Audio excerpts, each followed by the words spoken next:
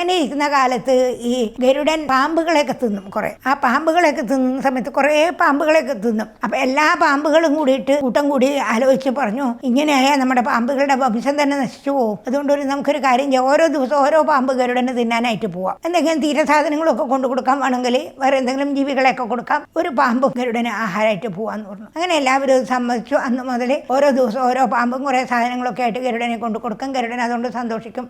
അപ്പോൾ പിന്നെ വേറെ പാമ്പുകളൊന്നും ഗരുഡൻ ഉപദ്രവിക്കില്ല. അങ്ങനെ ഇരിക്കുന്ന സമയത്ത് ഒരു ദിവസം ഈ കാളിയൻ്റെ ഊഴം വന്നു. കാളിയനാണ് അന്ന് കൊണ്ടു പോകേണ്ട ദിവസം. കാളിയനാണ് ഗരുഡൻ്റെ ആഹാരമായിട്ട് പോകണം അന്ന്. ആ ദിവസം കാളിയന് വിഷത്തിൻ്റെ അഹങ്കാരം വല്ലാണ്ട് അധികമുണ്ട്. ആ വിഷത്തിൻ്റെ അഹങ്കാരം കൊണ്ട് കാളിയൻ വിചാരിച്ചു, ഞാൻ പോവില്ല ഇന്ന്, ഗരുഡൻ എന്താ ചെയ്യാമെന്ന് കാണട്ടെ എന്ന് വിചാരിച്ചിട്ട് അന്ന് പോയില്ല.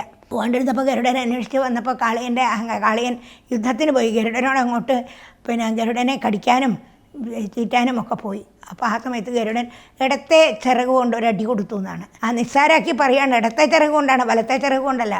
ഇടത്തെ ചിറക് കൊണ്ട് ഒരു അടി കൊടുത്തപ്പോൾ ആ കാളിയൻ ആ അടി കൊണ്ടിട്ട് അവിടുന്ന് തെറിച്ച് വന്നിട്ട് ഈ കാളിന്തിയിൽ വന്ന് വീണു. ഈ കയത്തിൽ വന്ന് വീണപ്പോൾ ഈ സൗഭരിയുടെ ശാപം ഈ കാളിയൻ അറിയാം. അതുകൊണ്ട് വിചാരിച്ചു ഇനി എവിടെയും പോകണ്ട, ഇവിടെ തന്നെ നിന്നാൽ മതി എന്ന് വിചാരിച്ചിട്ട് ഭാര്യ മക്കളെയൊക്കെ കൊണ്ടുവന്ന് അവിടെ താമസം തുടങ്ങി. അങ്ങനെയാണ് കാളിയൻ ഈ കാളിന്തിയിൽ താമസം തുടങ്ങിയതെന്ന് ശ്രീ സുഖബ്രഹ്മർഷി പരീക്ഷത്തിന് ആ കഥ പറഞ്ഞു കൊടുത്തു. അപ്പോൾ പരീക്ഷത്തിന് സന്തോഷമായി.